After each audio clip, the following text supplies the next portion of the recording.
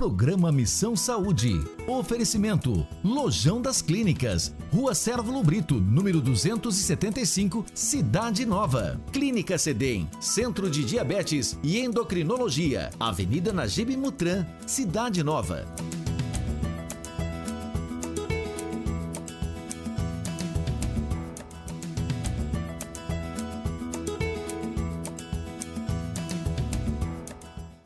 Olá, meu amigo telespectador, estamos aqui com mais um programa Missão Saúde na TV. E hoje nós estamos com uma convidada aqui especial, é a primeira vez dela aqui no programa, a doutora Fabielle Oliveira, que é ginecologista e obstetra. E nós vamos estar abordando um pouquinho hoje sobre mioma, falando qual é a relação das consultas, né? Como que é essa relação aí das consultas ginecológicas, quanto tempo deve fazer.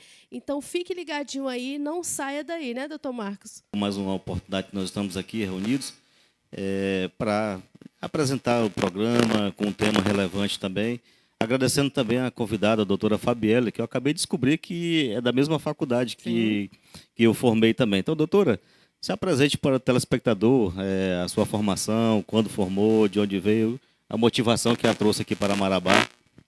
Obrigada pelo convite, viu, Dármina? Bom de estar aqui, participando aqui dessa experiência.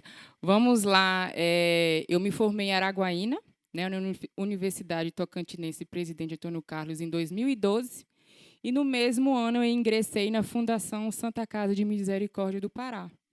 Terminei em 2015 e fui convidada para poder trabalhar no Materno Infantil de Marabá, e com isso eu estou em Marabá já tem 5 anos já. Tem um períodozinho aí que está aqui na região, né? E, doutores, vamos começar aqui já as perguntas, que tem muita coisa para a gente discutir hoje. Qual a importância da consulta de rotina? Existe um período, um tempo? Que importância tem essa consulta de rotina? É assim, pelo menos o básico que a mulher tem que se cuidar é uma consulta de rotina de pelo menos uma vez no ano, que a consulta, o que baseia? É conversar com a paciente, saber das queixas dela, orientar sobre a questão da anticoncepção, da questão de doenças, né? Se examinar, conhecer o próprio corpo, a questão da sexualidade, fazer uma prevenção de colo de útero, né? Que a gente sabe aí que, pelo menos a cada 2, 3 anos, no máximo estourando, para uma mulher que nunca fez um preventivo e até iniciar uma lesão aí a nível de colo, então dura no máximo nesse período aí de 3 anos. Então, o que sempre eu oriento para a paciente para ela poder saber, né, conhecer o seu próprio corpo, ter as dúvidas,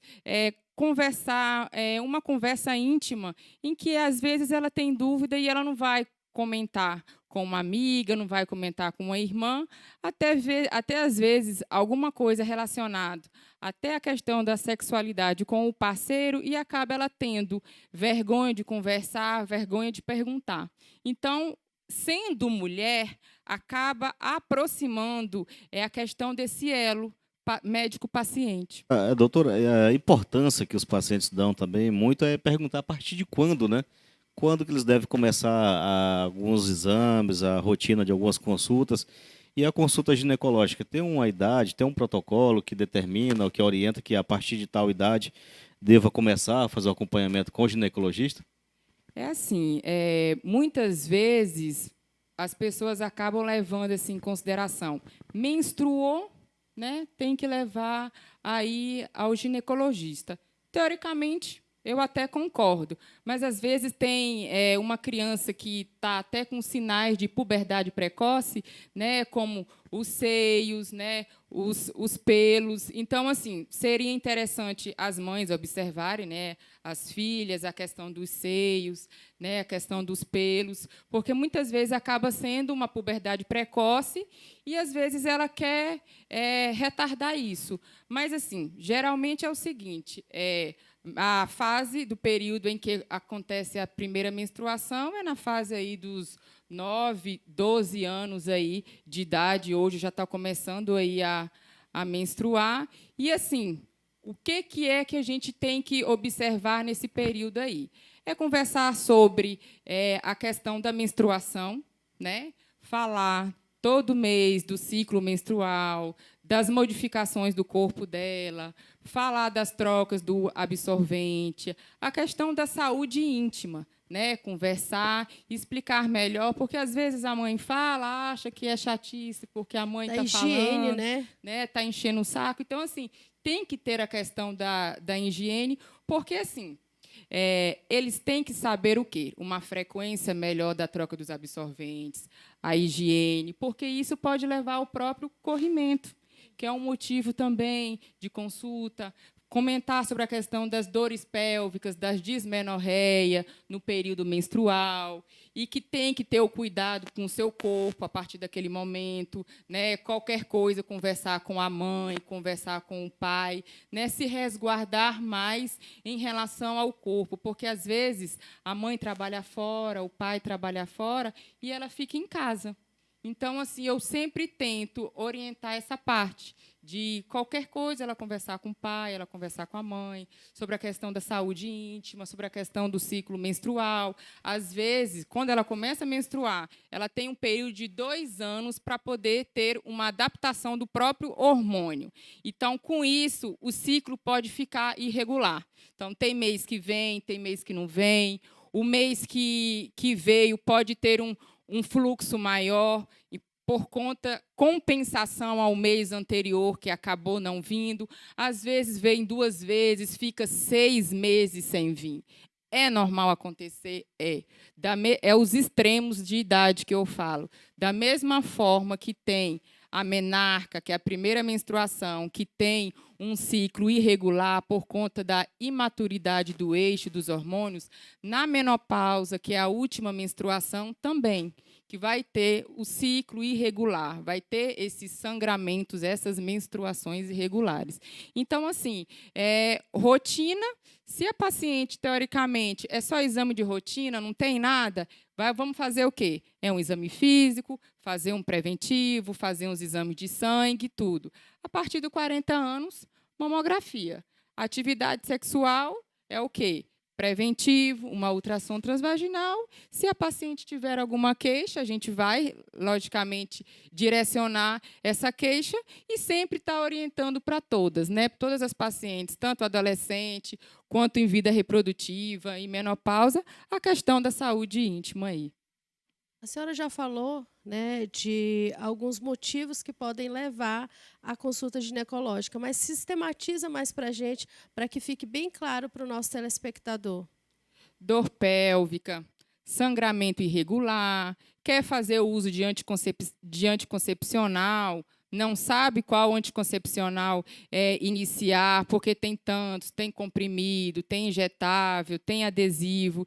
Então, assim, muitas vezes acaba indo na farmácia, o farmacêutico acaba receitando. Recebo muitas pacientes que o anticoncepcional ele acaba tendo uns sangramentos, fica dando umas hemorragias, uns sangramentos mais aí prolongados, depois acaba ficando sem menstruar, fala que está retendo muito líquido, que engordou. Então, assim, eu sempre falo, iniciar anticoncepcional aí para paciente é perfil de paciente. É saber idade, se a paciente é mais gordinha, se ela tem espinhas, se ela tem oleosidade na pele, porque tudo isso pode influenciar em algum distúrbio hormonal que ela pode ter. Por exemplo, um ovário policístico, que geralmente é pele oleosa, com espinhas, ciclo menstrual irregular. Então, assim, acaba tendo um ovário policístico que a gente pode direcionar a um anticoncepcional adequado para ela e fazer outras recomendações para ela aí. A questão da dismenorreia, a questão das dores pélvicas que podem ser amenizadas aí quando está menstruada. Aí tem endometriose, adenomiose, miomatose, menopausa, se tem indicação de terapia hormonal ou não. Então, assim, são vários fatores aí que pode levar uma pessoa aí numa consulta ginecológica. Até falou agora aí um pouquinho sobre os anticoncepcionais, que a gente aqui já discutiu algumas vezes a respeito disso, que é uma medicação que é comum, que geralmente as pessoas chegam no balcão de farmácia e podem solicitar, mas que, de uma forma errada, uma utilização errada do medicamento, pode trazer muitos malefícios, né, doutora? Sim.